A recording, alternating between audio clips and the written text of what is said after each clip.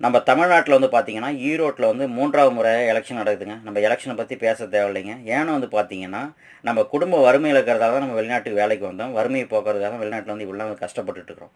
இதெல்லாம் புரியாம ஒரு சில நண்பர்கள் வந்து பார்த்தீங்கன்னா, என் கட்சி ஜெயிச்சிரும் வச்சிரும்னு சொல்லி இங்கிருந்து திரள் நிதி அனுப்பிக்கிட்டு வச்சுக்கிட்டு, அத பத்தி இங்க பெருமையா பேசிட்டு வச்சுட்டு இருக்கிறீங்க.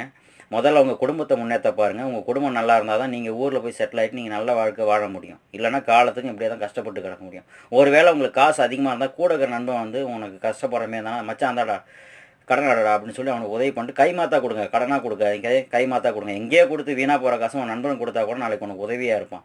அப்படியே உங்களுக்கு காசு அதிகமா இருக்கு, திரும்பவும் அதிகமா இருக்குன்னா, இலங்கை தமிழர்கள் முகாம் வந்து பார்த்தீங்கன்னா, நம்ம தமிழ்நாட்டில நெறையா இருக்கு.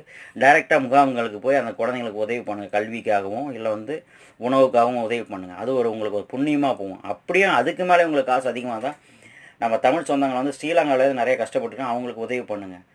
தேவையில்லாத அரசியல்வாதிக்கு உதவி பண்ணாங்க உங்களுக்கு கெட்ட பேர் தான் ஆகும்.